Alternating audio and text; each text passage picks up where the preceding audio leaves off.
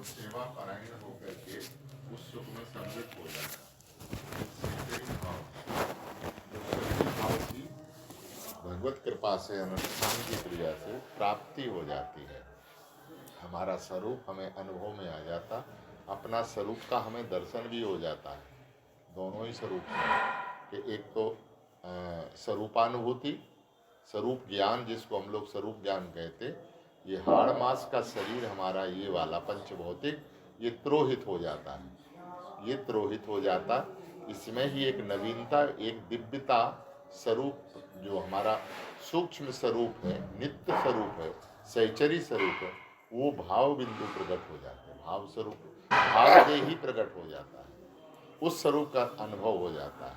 और जिसको भी उस स्वरूप का अनुभव हो गया, उसके लिए लाल प्रिया दूर नहीं है, श्री ठाकुर जी दूर है, अंतरंग हैं, सहज हैं, निकट हैं। तो एक तो अनुष्ठानिक क्रिया करने से उसकी प्राप्ति होती है। दूसरा, हम जो मंत्र जाप करते हैं तो नाम कोई सामान्य नहीं, अक्षर नहीं है, कोई शब्द नहीं है। तो नाम वाणी जहाँ श्याम श्यामा तहाँ, नाम वाणी निकट श्याम श्यामा प्रकट। तो नाम की तो अनंत महिमा है ही है। तो नाम के द्वारा नाम ही को निहारना, इस रूप में निहार लो, उस रूप में निहार लो, अंतर कहीं नहीं है। बस वो है कि अनुष्ठान की क्रिया के द्वारा हम लोग कैसा करते हैं। 32 लाख का जो अनुष्ठान दिया है, क्या उसमें 32 लाख जाप करने से वो भी समाहित चित्त, उसमें निर्विघ्न किसी तरह का कोई अवरोध, कोई व्यवधान न हो, तब जाकर के वो सफल हो, फिर जाके उसका फल हमें प्राप्त होता है। कहीं अंतराल आ गया तो फिर उसमें त्रुटि होने से फिर मंत्र भी जैसे कहे ना खंडित हो गया, तो वो क्रिया भी खंडित मानी जाएगी। इसलिए सावधानी की यहाँ विशेष आवश्यकता है अनुष्ठानिक क्रियाओं में। और उसकी अलग अलग क्रियाएं, कम बोलना, बात करना, कम देखना, व्यवहार जगत से उपराम हो जाना, खान पीन से बहुत सहज में जितना निर्वाह हो जाए उतना हमें निर्वाह करना, ऐसे उसके नियम भी हैं।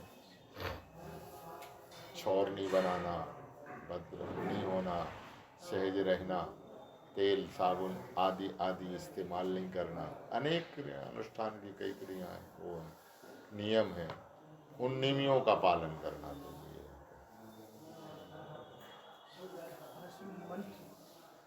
मंत्र जाप के समय इष्ट का ही चिंतन रहना चाहिए, या फिर हम मानसिक रूप से वृंदावन की परिक्रमा भी कर सकते हैं? दोनों भाव हैं, दोनों में जिसमें प्रियता और रुचिता हो वो करे तो सहज होती है। हम देखो वृंदावन की जुगल परिक्रमा लगाते हुए, परिक्रमा करते हुए जुगल ध्यान कर सकते हैं, कोई उसमें अवरोध नहीं है, व्यवधान नहीं है। युगल सरकार, उनका डोला आगे आगे जा रहा, उनकी सहचरियाँ उनके पीछे जा रही हैं, ये ध्यान करते हुए, तो युगल क्रीड़ा करते हुए, जिसको हम लोग वन विहार कहते हैं, वन की लीला, वन गमन, वन विहार करते हुए श्री ठाकुर जी और जा रहे हैं सहचरियों के साथ में। एक तो अंतरपट का ये ध्यान हो गया, तो आपकी परिक्रमा भी लग गई और परिक्रमा के साथ में और मानसिक चिंतन हमारा हो गया। तो ये सहजावृत्ति में है। और एकांत बैठ कर के कुंज महल का चिंतन हम उस रूप में कर सकते हैं। तो दोनों ही रूप से कर सकते हैं, जिसमें हमें सहजता प्रियता लगे तो कर सकते हैं। परिक्रमा कर रहे हैं, मंत्र जाप कर रहे हैं, तो अब तो हम जिस स्वरूप में वृंदावन का दर्शन कर पा रहे हैं, उसी का चिंतन करते हुए कर रहे हैं। उसमें गोपेश्वर महादेव भी हैं, और जो है लक्ष्मी भी आती है। अब एक चिंतन ये भी उसमें सब आता है। तो वो जो है प्राकृतिक भौम वृंदावन का, भौम वृंदावन प्राकृतिक वृंदावन जो वृंदावन है, हम इस रूप में अगर चाहें तो फिर अब यहाँ से हम जैसे अब तुम्हारे भाव से हम कह रहे हैं, तो तुमने भावना करी, अब आपने जुगल घाट से परिक्रमा उठाई, अब जुगल घाट को हमने प्रणाम किया, यमुना जी का आचमन किया, इसके बाद में तुम्हारा श्रृंगार घाट आ गया, बिहार घाट, श्रृंगार घाट के बाद में तुम्हारा ये क्या बोलते चीर घाट आ गया, फिर आपका केसी घाट आ गया।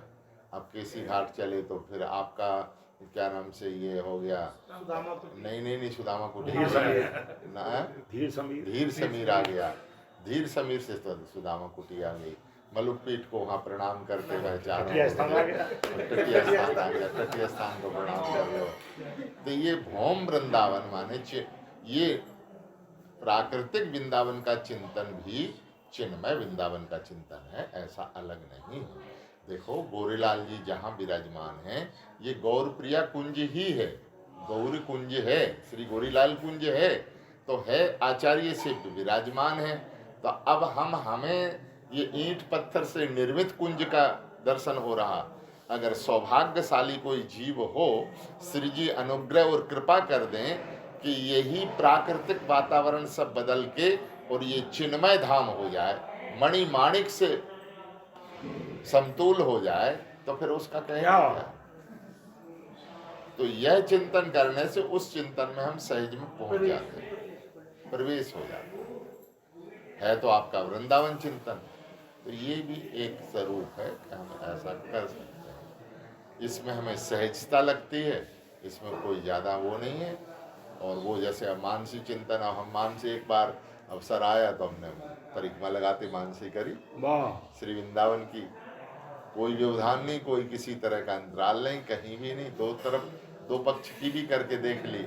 माने प्रातःकालीन मंगला से लेके श्रृंगार सेवा तक ये निर्विघ्न, कोई अवरोध नहीं, कोई व्यवधान नहीं। और जैसे करते एकांत में वैसे एकांती परिक्रमा देते हुए, और एक सायंकाल का चिंतन हो गया, नित्य वन विहार से नित्य रात से लेके और शयन कुंज पर्यंत एक चिंतन। और वो भी अनुभव के कहीं भी वो व्यवधान नहीं आता। वृत्ति, बस हमारी वृत्ति की सबसे समस्या है। खुद मन में कोई ओहापो दिमाग में है तो फिर हलचल तो रहेगी। नहीं तो ढोल नगाड़े बजे तो वो बजते रहे।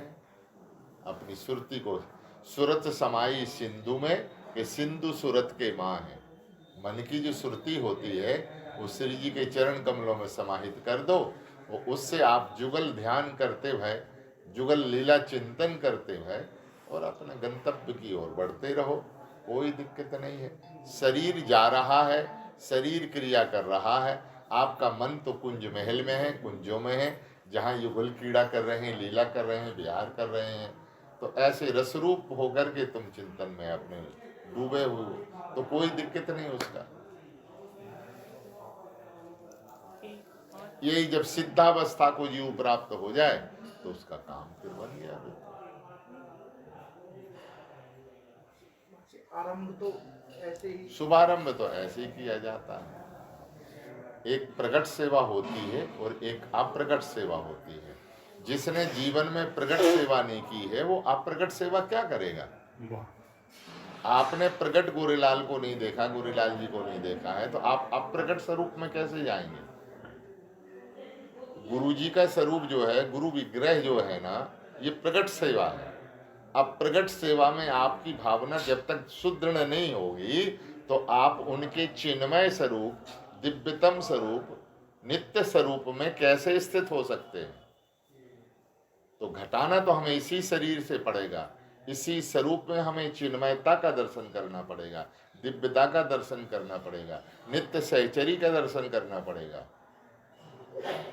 तो नित्य जो प्रगट सेवा है ये सर्वोपरि सेवा है, ये सामान्य है, और इससे ही हम अप्रगट स्वरूप में स्थित हो जाते हैं। प्रगट से नित्य स्वरूप में मन की स्थिति हो जाती है। लेकिन आश्रय आपको लेना पड़ेगा।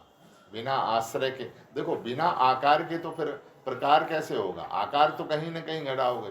हमारे शास्त्री जी ठाकुर जी हैं, अब इनका स्वरूप आप चिंतन करोगे तो क्या करोगे। ऐसे उनके बाल हैं, ऐसा उनका स्वरूप है, ऐसा मुख है, ऐसे कान है, ऐसी नाक। अरे चिंतन ही तो कर रहे हैं आप, तो आपको आकार तो लेना पड़ेगा सामने। आकार में फिर आपको भावना करनी पड़ेगी, भावना में फिर आपको सिद्धावस्था का दर्शन करना पड़ेगा। ये देख रहे हैं, ये बोल रहे हैं, ये हंस रहे हैं, ये क्रिया कर रहे हैं, यही चिंतन का स्वरूप होता है। गुरु कृपा से इसका हम आश्रय लेके चिंतन कर सकते हैं।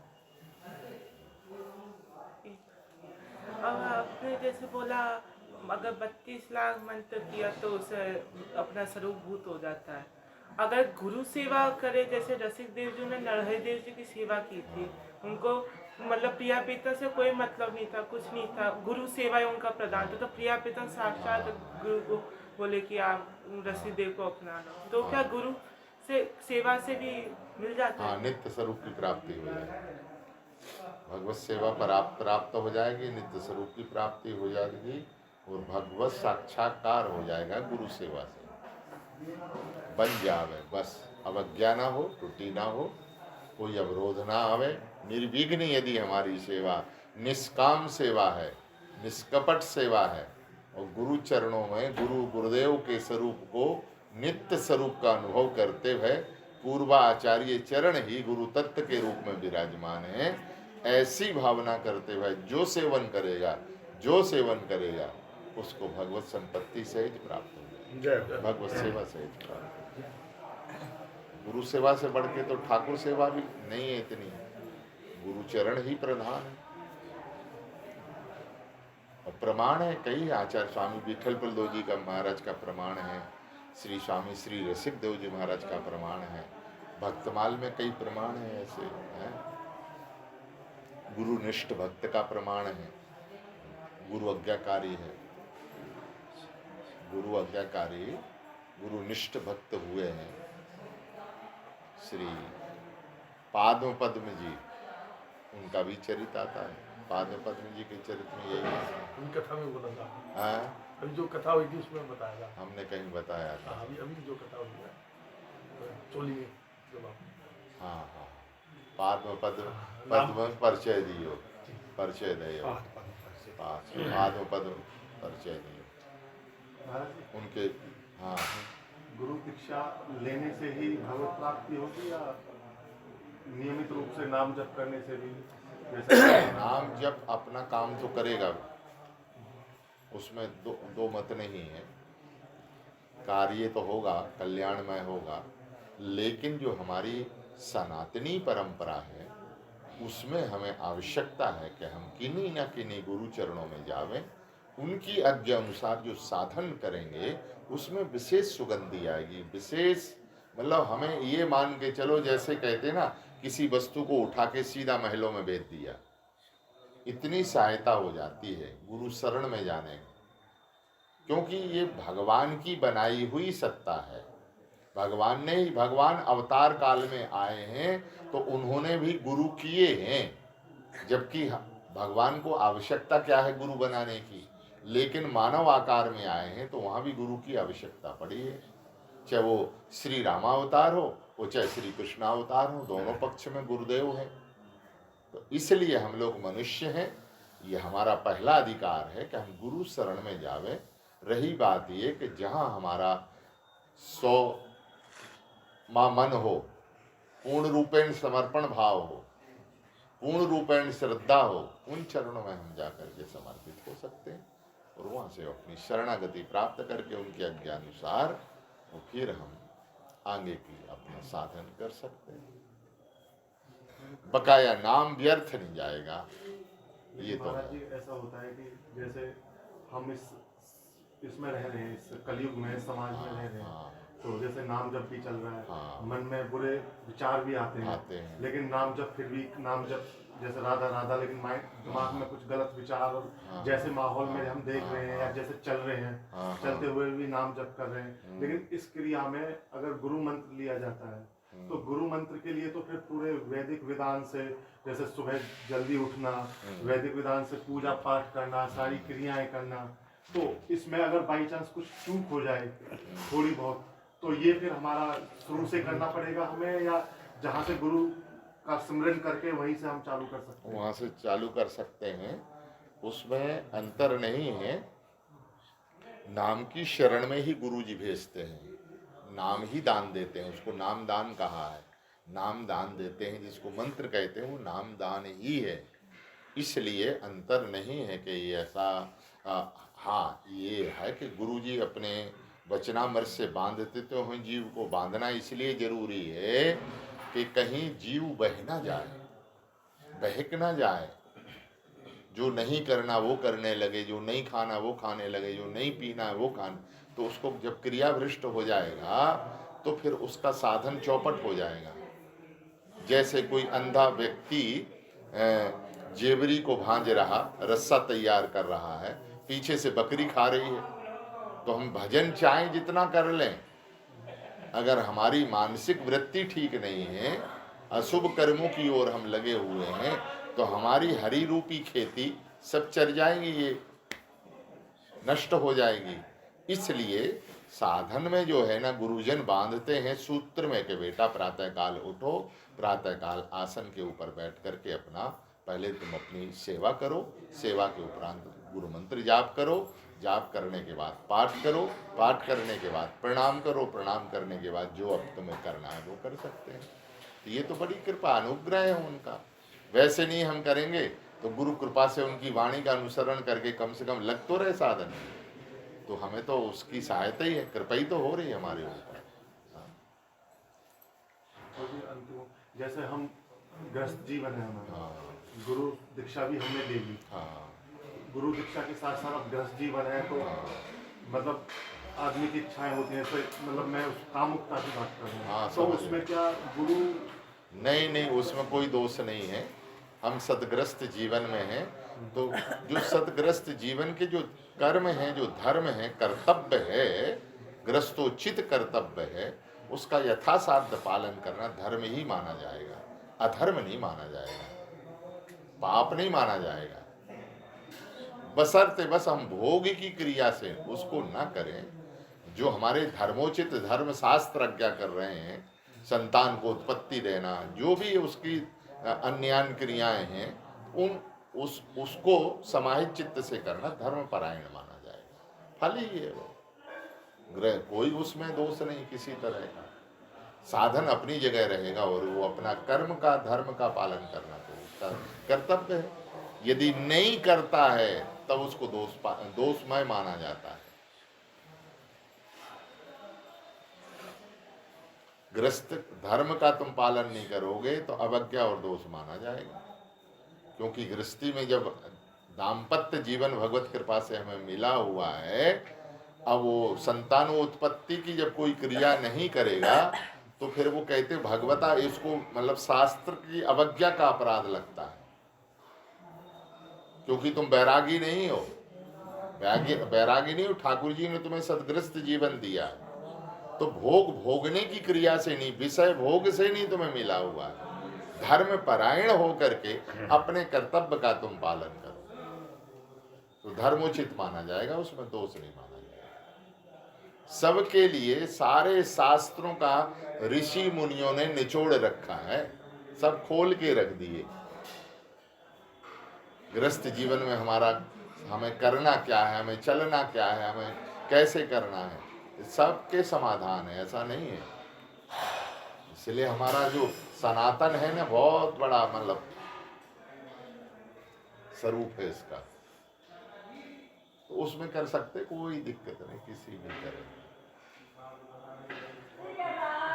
न्यास, विनियोग आदि ये सब हम जैसे जीवों के लिए भी अनिवार्य है। वो संकल्प आदि नहीं नहीं, वो तो करे तो अच्छी बात है, और न भगवत चिंतन के लिए इन सब की आवश्यकता नहीं है।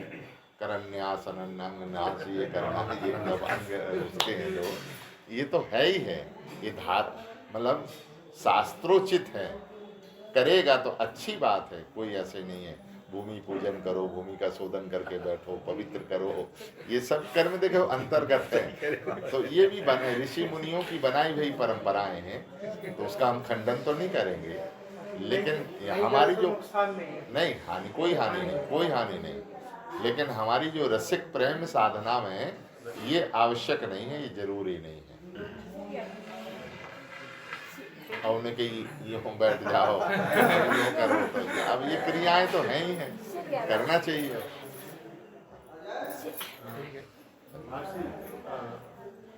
जो दीक्षित है, गुरु से शिक्षा लिए हुए हैं, अगर प्याज लहसुन की अगर बात करें, जिस घर में प्याज लहसुन का वो हो रहा है, प्रयोग हो रहा है, तो क्या वो गुरु दीक्षा नहीं ले सकता? उसको त्याग करना चाहिए। वैष्णवता तो यही कहती है। हो सकता है बशर्ते बस उसका एक विषय को छोड़ दे, एक विषय न, क्योंकि देखो दीक्षा लेगा तो उसके घर में ठाकुर जी विराजेंगे, जब ठाकुर जी रहेंगे तो उनको भोग बनेगा। अब भोग प्याज लहसुन का तो लगेगा नहीं, तो वैष्णव के घर में ये अशुद्ध वस्तुएं आई क्यों? पहली बात तो ये है कि वैष्णव के घर में ये वस्तुएं नहीं होती हैं, वही वैष्णव है। और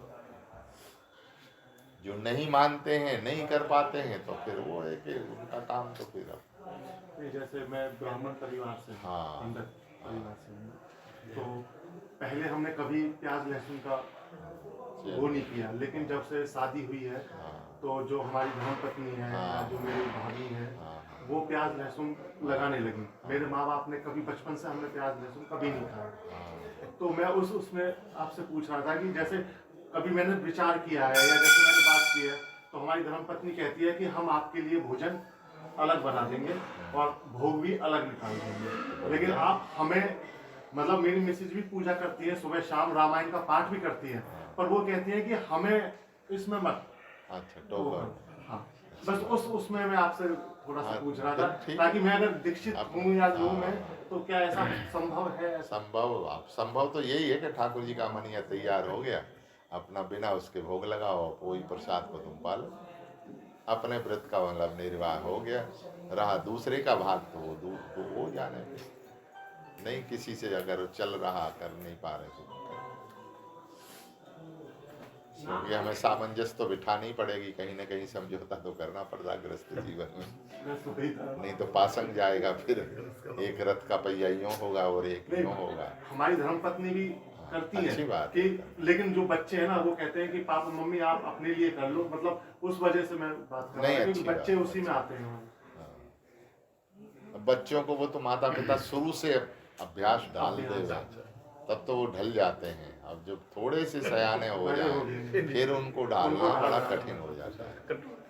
बराबरी का बच्चा होता है तो पिता का दर्जा माना जाता है। मैं खूब मना करता हूँ, लेकिन कहते हैं पापा आप जो करो करो, पर हमें इस चीज से। ठीक बात।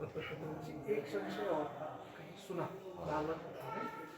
कि मंत्र आदि से पूर्व संकल्प यदि करते हैं, मेरा मेन कंसर्न ये है, थोड़ा संशय आया तो उसमें कि संकल्प यदि करते हैं तो एक एड्रेस पता लग जाता है, पोस्ट ऑफिस पता हो जाता है, तो हमें संशय ये बना कि ऐसा तो कहीं भी नहीं है। अगर हम ठाकुर जी का नाम ले रहे हैं तो वो उन तक तो पहुंच ही रहा है, हमको हमारा संदेशा उन तक तो पहुंचा ही रहा है। तो क्या ऐसा भी है कि संकल्प आदि मंत्र जाप से पूर्व भी आवश्यक है? नहीं, ऐसा आवश्यक नहीं है, बिल्कुल नहीं है आवश्यक कि वो पहले आप संकल्प करो फिर अपना, ऐसा नहीं है। ये उसी में आ गया विनियोग न्यास। हाँ, तो वो कर्मकांड के अंदर हमने बताई नहीं कि जो विशेष कर्मकांडी उनको सब अनिवार्य है। वो विधाई एक अलग है, परंपरा है, तो उसमें सब कुछ होता है। पूजन का भी हम संकल्प करते हैं तब पूजा का अधिकार मिलता है हम लोगों को। तो ये कर्म योग के जगह बिल्कुल अकाट्य है, करना पड़ेगा, करना चाहिए। लेकिन सहजावृत्ति में कोई नामानुरागी है, कोई रसिक है, कोई प्रेमी है, तो प्रेम में सब ये नेम का ये नहीं है। वो तो सहजावृत्ति में तुम श्री जी की कृपा से उनका आचमन कर लो, जलपान करके श्री जी के चरणों का ध्यान करो, ध्यान करके नाम जाप कर लो, तो सहज वृत्ति में हम जाते हैं।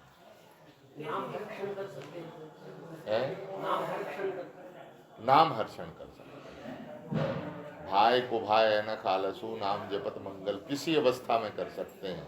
आचार्य चरण कहते हैं देश द्रव्य जल काल थल कछु ना उपेक्षा जाए। नाम के संबंध में देश विदेश जल थल काल दुकाल आदि आदि कछु ना उपेक्षा जाए। फिर आगे कह रहे रोग भोग, अब भोग में सब आ गया, भोग में सब आ गया, शुच और अशुच माने पवित्रता और अपवित्रता। लेकिन ऐसा नहीं कि हम पवित्रता की जगह तो नाम नहीं ले रहे हैं, वो अपवित्र जगह जाकर के नाम लो तो ये नाम अपराध माना जाएगा। जो 10 नाम के अपराध हैं, नामा अपराध 10 नामों अपराधों में आते हैं, उनमें से एक नाम अपराध माना जाएगा। कि सहज में आप नाम नहीं ले रहे और ऐसी जगह जाकर के नाम तो नहीं। वैसे वो कह रहे हैं कि शुचिता और अशुचिता माने पवित्रता और अपवित्रता दोनों अवस्थाओं में नाम का आश्रय जीव ले सकता है। तो रोग भोग शुचि अशुचि में पावन प्रभु भजता है। ये आचार्य वाणी है, श्री ठाकुर जी कह रहे हैं। किसी अवस्था में हम नाम चिंतन सहज रूप में कर सकते हैं, उसमें कोई नहीं। राधा राधा राधा राधा राधा कर सकते हैं, श्री हरिदास श्री हरिदास श्री हरिदास नाम कर सकते हैं, जुगल नाम राधे कृष्ण राधे कृष्ण राधे कृष्ण राधे कृष्ण राधे कृष्ण ये जुगल नाम कर सकते हैं। जिसको जो प्रियता आता, राम राम सीताराम सीताराम सीताराम सीताराम कर सकते हैं, जो जहाँ समर्पित है। अथवा अपने गुरुन के द्वारा जिनको जो भाव दिया गया है उसके अनुसार उनको, अब जैसे महामंत्र का जाप करते तो महामंत्र का जाप कर सकते हैं, नाम ही है। किसी अवस्था में चलते फिरते खाते पीते मिलते जुलते उस अवस्था में गुरु मंत्र मिला उसे गुरु मंत्र कर सकते हैं। हाँ खूब कर सकते हैं। आप वनराज की वृंदावन की परिक्रमा लगाते हैं, लगाते हुए हम गुरु मंत्र कर सकते हैं। तुलसी माला हैं? माला ना हो। माला नहीं है और आपको अभ्यास है तो कर सकते हैं, नाम ले सकते हैं। शुचिता शुचिता पवित्रता तो उसमें तो ध्यान करना होगा ध्यान करना। परिक्रमा आदि में तो कई बार इसलिए तो कह रहे दोनों ही का स्मरण कर दिया, अशुचिता अशुचिता। मंत्र में ही पवित्रता अपवित्रता, मंत्र गुरु मंत्र जो जाप कर रहे हैं उसमें। अगर यहाँ एक संदर्भ में आपने कहा कि भाई को भाई नकाल असुख, हाँ तो फिर इसके उपरांत 10 और नाम अपराध भी रह जाते हैं, क्योंकि बाबा ने यहाँ कह दिया कि भाई को भाई कैसे भी लो, कैसे फिर भी नाम अपराध भी नहीं। वो उनकी परिधि अलग है, उन नामों की अलग है। जैसे नाम के भरोसे आप नाम का आश्रय लेकर के कोई पाप वृत्ति करेंगे, पाप कर्म करेंगे तो उसका दोष नहीं लगेगा। नाम का आश्रय ले रहे हो, नाम ही बन रहे हो, नाम जपी बैठ रहे हो और उसके द्वारा तुम पापमय कर्म कर रहे हो तो नाम तो अपराध लगेगा। ये नाम अपराधों में आता है, ये नाम अपराधों में नहीं आएगा, क्योंकि यह शरीर नहाए अब उस क्रिया में है। ये बहुत ऊंची दशा है। यह शरीर नहाए धोए पवित्र हो, अब ये कहेंगे तो अब यहाँ खंडन कर दोगे तुम लोग, कह रहे महाराज जी फिर नहाने की कोई आवश्यकता ही नहीं, अब तो बिना ही नहाए काम बन गया हमारा। ये लागू नहीं होगा। उनके लिए ये नहीं कह रहे, पहले हम इतना डूब जाएं, राधा नाम में इतना सराबोर हो जाएं कि हमें नहाने का ही होश ना रहे, उनके लिए है ये लागू। तो यह शरीर नहाए धोए पवित्र होत नाही, भीतर विष्ठा भरी है। वचन का सिद्धांत में स्वामी ललित किशोर जी महाराज कह रहे इस बात को कि यह शरीर नहाए धोए शुद्ध होत नाही, भीतर मल विष्ठा भरी है, माने मलमूत्र का भांड है ये शरीर। तो ये पवित्र है ही कहाँ? अगर श्री जी का नाम ना हो, अगर श्री ठाकुर जी का नाम ना हो तो ये तो अपवित्र वस्तु है, शरीर रहते हुए भी अपवित्र है। ये तो पवित्रता श्री ठाकुर जी का स्मरण करने से मात्र हम लोगों को प्राप्त हो जाती है, पवित्र माना जाता है, वंदनीय माना जाता है, पूजनीय माना जाता है। तो ये उनके ऊपर है कि जो उस परिकाष्ठा में डूबे हुए महापुरुष हैं वो नहावे या ना नहावे, कैसे भी किसी अवस्था में। हमारे श्री दादा गुरुदेव भगवान, यहाँ गर्मी का मौसम था, झूले झूले पड़े हुए थे, तो नए नए पुजारी होते तो गुरु महाराज सेवा में, सिंगारी सेवा में थे, तो उनके चरित्र में आया है ये है देहान देह विदेह भय जीवते ही विसरे विश्व विलास। देहानुसंधान ना रहे, देह का ज्ञान ना हो, देह का बोध ना हो, इतना सराबोर हो जाए, प्रेम में डूब जाए। तो गर्मी का मौसम था, ठाकुर जी के झूले पड़े, तो अब ये सो उन्होंने एक बार कहा बेटा जल्दी खोल दो, बाहर की वायुमंडल की हवा लगेगी, ठाकुर जी को शीतलता रहेगी। पर्दा पड़ा है मोटा और फिर गर्मी का मौसम है, सावन का महीना वैसे ही उमस रहती है, खोलो खोलो, एक बार कह दिया, 2 बार कह दिया। लेकिन अब नए पुजारी जो होते हैं उनको ये लगता है अब रुचि के ये श्रृंगार हो जाए, ये श्रृंगार हो जाए, माने ठाकुर जी और सज के तैयार हों। तो एक रुचि होती है नए पुजारी की। ऐसे करते करते विलम्ब, एक बार टोका नहीं खुला, 2 बार टोका नहीं खुला, फिर अब देखो इस अवस्था में सोच क्रिया में चले गए। मतलब समझ रहे ना, सोच क्रिया चले गए और आकर के उन्होंने हाथ अमनिया करे और फिर आके बैठ गए। वो बैठ करके उन्होंने फिर देखा कि पर्दा पड़ा हुआ है। इतने भावाविष्ट हो गए, इतने भावाविष्ट हो गए गुरुदेव भगवान दादा गुरुदेव कि ये भी भूल गए कि हम अभी असुच अवस्था में हैं, हमने स्नान नहीं किए हैं। और मंदिर में दौड़े दौड़े सीधे चले गए, मंदिर में बिना नहाए ही चले गए उसी अवस्था में। और जैसे ही गुरुजी की आने की आवाज सुनी तो अब शिष्य तो डर गए, तो डर के यहाँ वहां तो फिर छिप जाएंगे।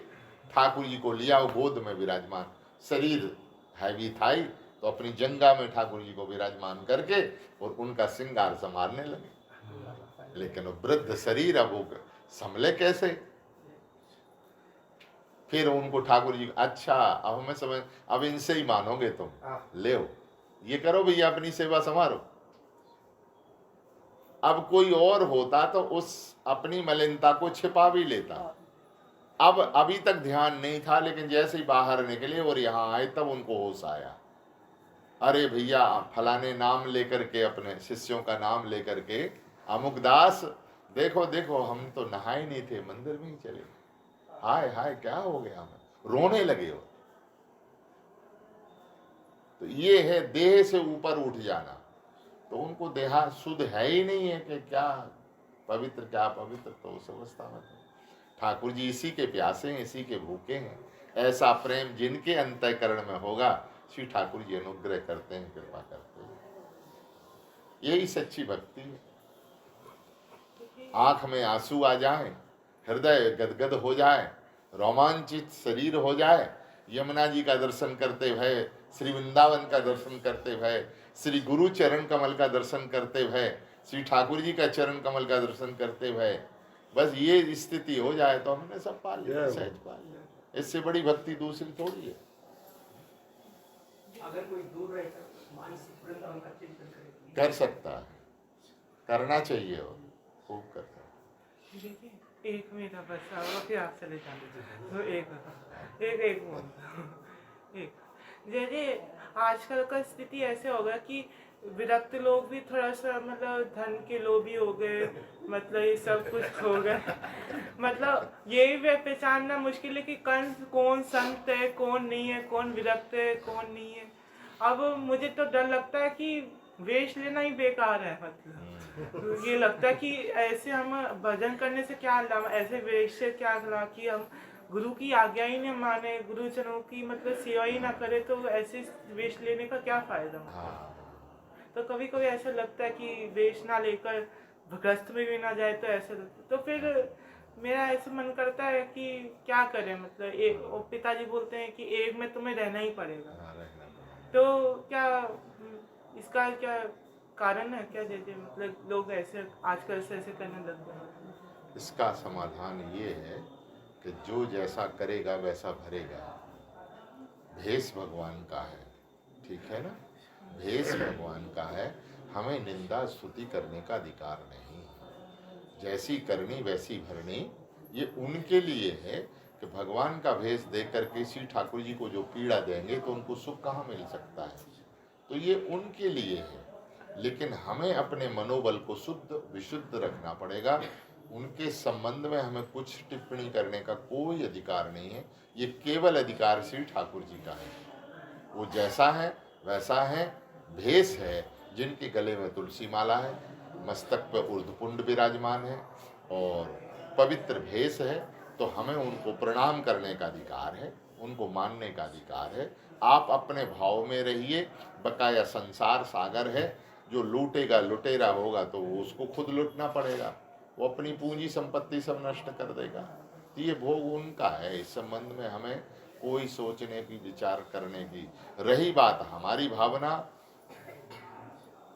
श्री ठाकुर जी कृपा करें तो हम परम विरक्त होकर के श्री हरि गुरु संत सेवा कर सकते हैं, उनके चरणों में रह सकते हैं, ऐसी बात नहीं है।